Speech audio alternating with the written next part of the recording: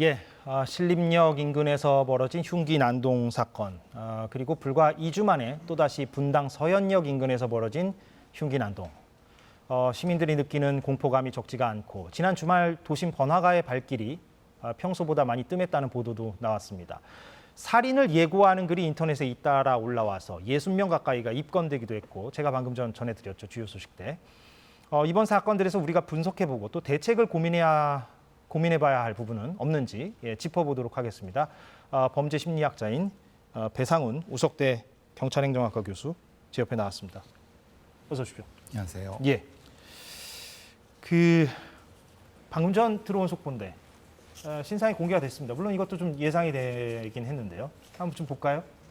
예, 이번에 그 분당 서현역 흉기 난동 사건의 피의자 신상이 공개가 됐습니다. 최원종, 남성이고 22살이고요. 오른쪽이 검거 당시의 모습이라고 그렇게 지금 제작진이 설명을 해줬습니다.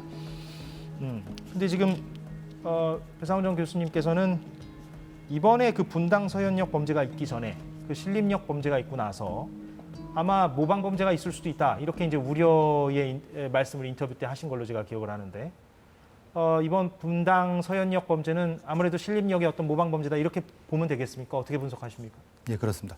모방 범죄는 이제 자극에 의한 모방과 수법에 의한 모방, 특히나 두 가지 나눠질 수 있습니다. 수법에 의한 모방이라고 우려되는 것은 조선의 범죄가 이 흉기라든가 아니면 이런 수법적인 측면이 너무나도 자세하게 공개가 돼서 여기에 자극받는, 수법과 자극을 둘을 동시에 받는, 영어 써서 죄송합니다만 스티뮬레이션이라고 자극에 의한 모방이라고 합니다. 그러니까 추상적인 형태의 자극에 의한 모방으로 그런 어떤 기본적인 심리적 구조에 있는 사람들이 안에서 바깥으로 튀어나오는, 그건 이제 그런 모방 범죄이고, 또한 똑같은 방법으로 수법에 의한, 그러니까 근데 수법은 좀 진화를 하게 되죠.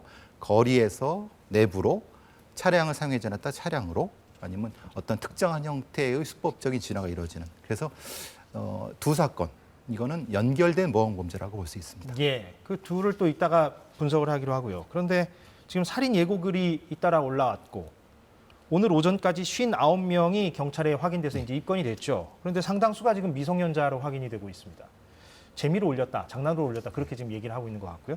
근데 경찰은 일단은 그 사안에 따라서 물론 판단을 하겠습니다만 협박, 공무집행 방해, 그리고 더 나아가서는 이제 살인 예고 혐의까지 적용하겠다, 이런 입장을 지금 밝히고 있는데 처벌이 좀 어떻게 될까요? 물론 이게 사안마다 판단해야 될 문제이긴 하고요. 또 미성년자 가운데는 촉법소년이 있을 수도 있기 때문에 만 14세 미만을 말하죠. 그럼 또 형사처벌이 안 되는 거고. 좀 어떻게 좀 예상하십니까? 일단은 경찰의 그리고 수사기관의 어려운 점은 충분히 이해합니다. 왜냐하면 실제로 처벌하겠다고 하지만 처벌 영역은 수사기관의 영역 플러스 사법기관의 영역입니다. 즉 판사, 그러니까 영장을 내어주는 판사와 연결된 부분이기 때문에 이거는 이제 양형과 판례가 같이 붙어야 되거든요. 그러니까 경찰에서는 분명히 지금 협박죄, 특수협박죄, 살인예비죄 형태로 처벌하겠다고 하는데 문제는 미성년자들이 이런 경우를 했을 경우 과거의 사례로 봤을 때는 실제로 그렇게 처벌 수위가 높지 않다는 것이 아마 지금 수사기관의 고민일 것 같습니다. 그러니까 가령 그 촉법소년은 형사처벌이 안 되니까 논외로 하고요. 그렇죠. 만약에 15세 이상의 미성년자가 장난으로 그랬어요라고 한다면 이건 뭐 어떻게 처벌이 예상이 됩니까? 일단 고의성의 문제가 있죠.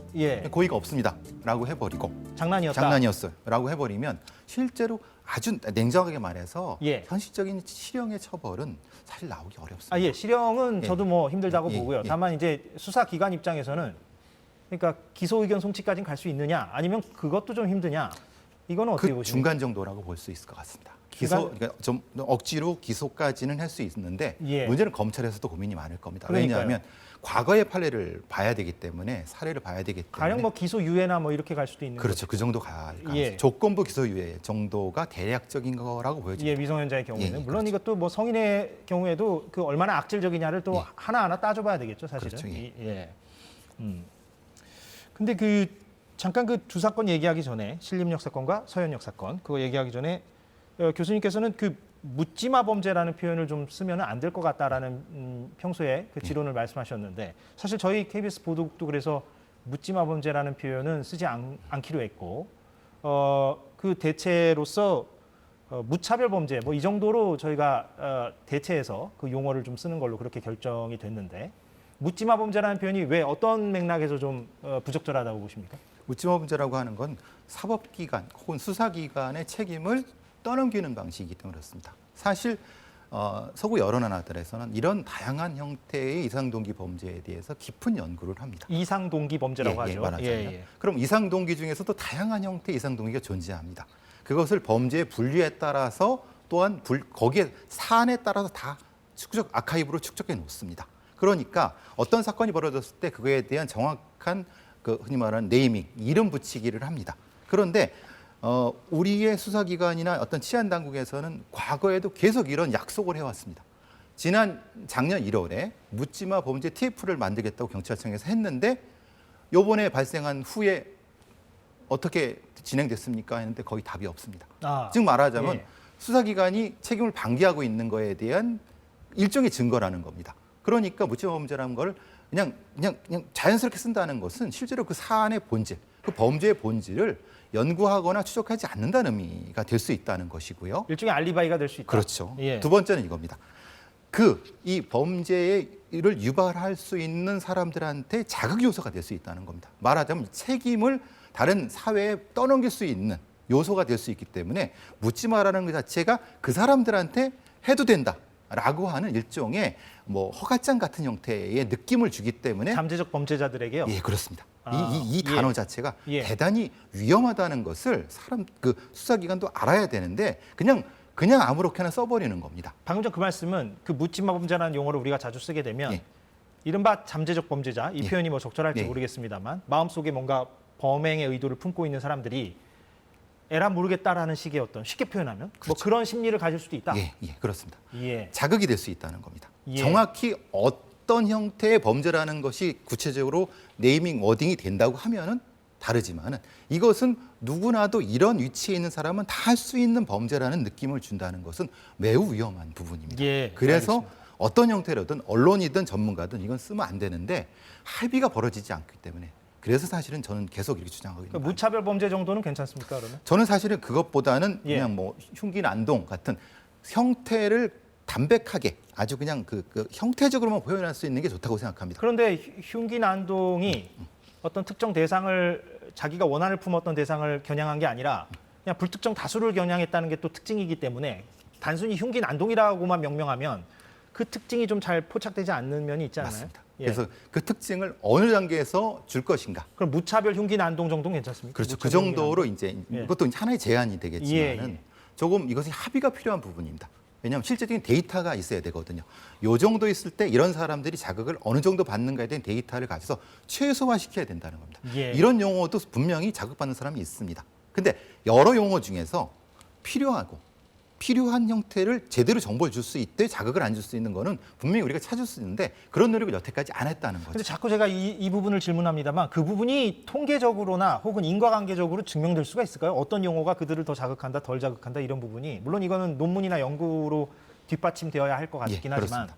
예. 그래서 쉽지는 않아 보이기도 하고요. 미국에서 이런 폭력 범죄를 연구하는 별도의 폭력 분석센터가 따로 있습니다. 그래서 예. 이런 사람들을 집중적으로 심리 면담을 통해서 그 예, 구조를 찾아냅니다. 예. 그게 필요하다는 겁니다. 그 신림역 사건의 경우 이름이 이제 조선이죠. 그 사람은 지금 정신질환이 조선은 관련이 없습니다. 관련이 없습니다. 예, 예, 예. 그런데 이제 서현역의 경우에는 지금 방금 전에 이름을 저희가 공개했는데 최원종이죠. 22살. 정신질환이 있었던 것으로 그렇게 지금 보도가 나오고 있습니다. 그래서 두 개가 좀 구분이 되어야 할까요? 어떻게 보십니까, 이 부분은? 어떤 대처 측면에서? 우리가 범죄를 딸 때 모티브, 기본 주 동기와 인텐트, 의도를 나눕니다.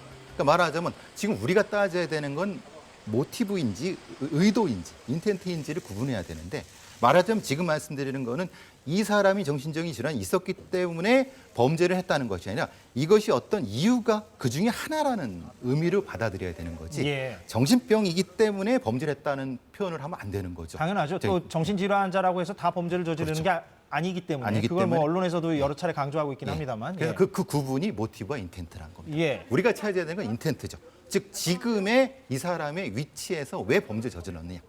그래서 조선 같은 경우는 제가 주장하는 건 신림역. 그러니까 신림역 같은 경우는 관심을 끌기 위해서 이런 범죄를 저질렀다라고 예. 하는 거고 그 안에 조선의 모티브는 그 본인의 어떤 그 이제 불우한 환경 이런 것들이 그 안에 들어가 있는 거고요. 예.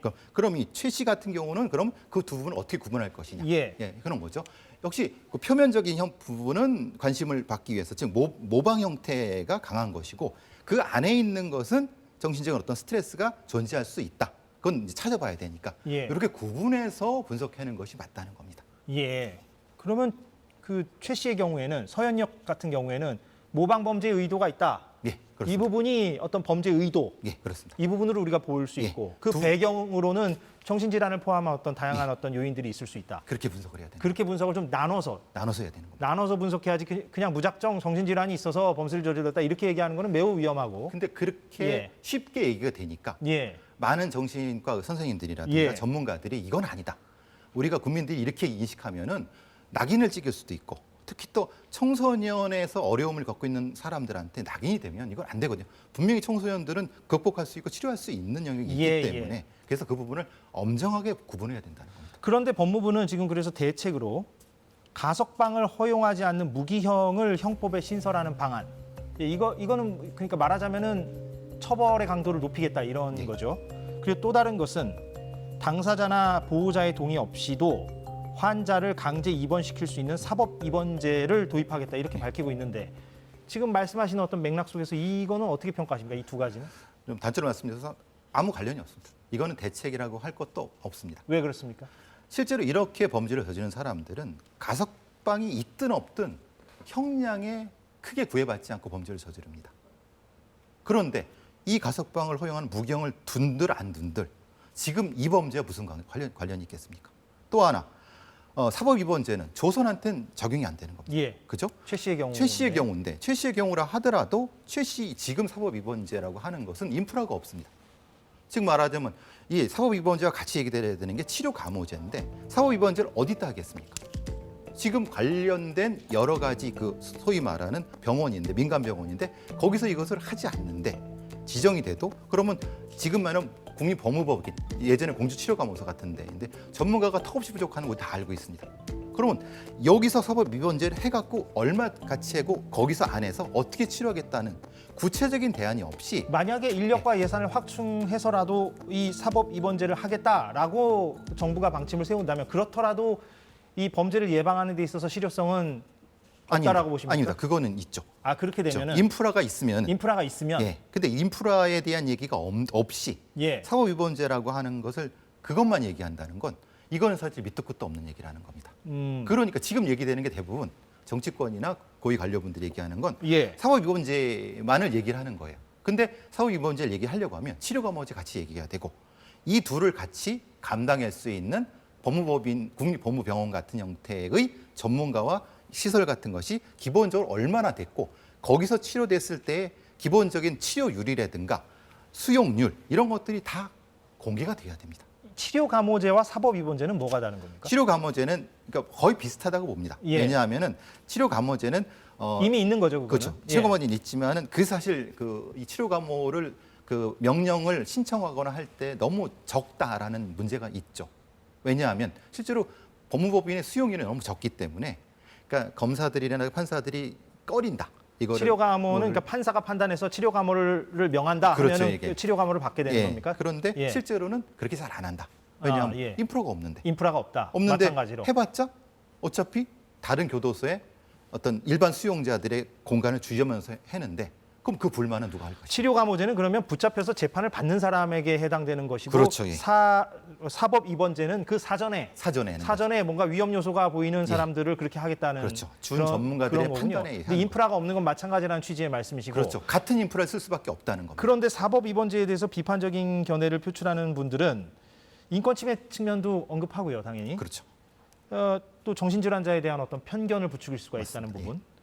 또 실효성이 과연 있겠느냐 이런 반론을 펼치기도 하는데 이 부분에 대해서는 그럼 교수님은 조금 생각이 다릅니까? 아니죠. 맞습니다. 아까 데이터 말씀드린 겁니다.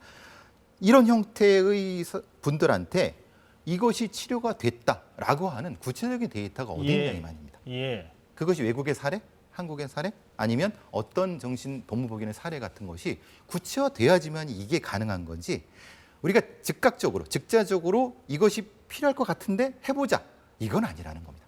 그러니까 어떤 연구나 예. 통계나 예. 혹은 인프라 구축이나 이런 것이 선행돼야 된다. 선행되어야 한다는 예, 예, 말씀이시고 예. 치료 가무제조차도 잘 안 되는 판국이다. 그렇죠. 그렇습니다. 예. 이게 현실입니다. 우리보다 이런 묻지마 범죄라는 용어를 쓰면 안 되니까 제가 자꾸 습관적으로 나오려고 하는군요. 예, 저도 좀 조심해야 되는데 이런 무차별적인 어떤 범죄 이거에 대해서 더 심각하게 일찍 경험을 하고 고민해온 일본 사회가 최근 기사를 보니까 어떤 사회적 고립, 예, 이 사회적 고립이 사회적 고립과 경제적 빈곤 이런 요인들이 이런 무차별적인 범죄를 낳게 하는 어떤 요인이다 이렇게 진단하는 것 같던데 여기에 대해서는 동의를 하십니까? 조건이 좀 다릅니다. 그러니까 사회적 고립 앤드 경제적 빈곤인지 사회적 고립 플러스 아니면 이제 오하죠. 혹은 이 경제적 빈곤인지 이게 왜 그러냐면 강력 범죄자 중에서 경제적 빈곤인 비율보다는 중산층의 경우가 더 많습니다. 아, 예, 예. 예. 그러니까 완전 우리가 일본의 경우요, 아니면 우리나라의 경우? 일본도 그렇고 한국도 똑같습니다. 아, 예, 예. 그러니까 말하자면 이게 가난하니까 범죄를 많이 한다. 가난하니까 더 강력 범죄가 많다라고 하는 편견이 있을 수 있고 실제로 아주 강력 범죄자들은 오히려 중산층 이상 중산층에서 많이 나오는 통계가 있습니다. 그럼 사회적 고립 부분은 동의하십니까? 그렇죠. 사회적 고립이죠. 그래서 예. 문제가 이거를 경제적 빈곤 앤드 사회적 고립이라고 하면 안 되고 사회적 고립인데 예. 그 사회적 고립이라는 게 도대체 뭘 의미하는 걸까라고 했을 때의 문제는 우리가 지금 일본에서 얘기하는 은둔형 외톨이를 얘기하는 건지. 예. 근데 문제는 은둔형 외톨이는 공격성이 없다고 합니다. 근데 그러면 연구 결과가 사실은 상반되죠. 그럼 우리나라의 경우에는 예. 어떻게 좀 그 원인 분석과 대안을 생각하시는지 지금 시간이 다 돼서 예, 예. 실제로는 아직 연구 결과가 없기 때문에 그 예. 말씀은 어디지만 적어도 이런 요인이 필요하다는 건 맞습니다. 그런 이것을 하기 위해서는 이걸 알기 위해서는 이런 범죄자들을 심층적으로 연구할 기본 어떤 데이터가 주어져야 된다고 봅니다. 우리는 그조차도 안 돼 있다. 연구 자체를 안 합니다. 연구 자체를 할 수 있는 법의 근거가 없습니다. 그러니까 대안을 모색하기 전에 아예 기본 토대나 연구조차 예. 없다는 없습니다. 말씀이신가요? 데이터조차 없습니다. 예. 그러니까 너무 한심하죠. 죄송합니다. 표현이 그런데 너무 한심하죠.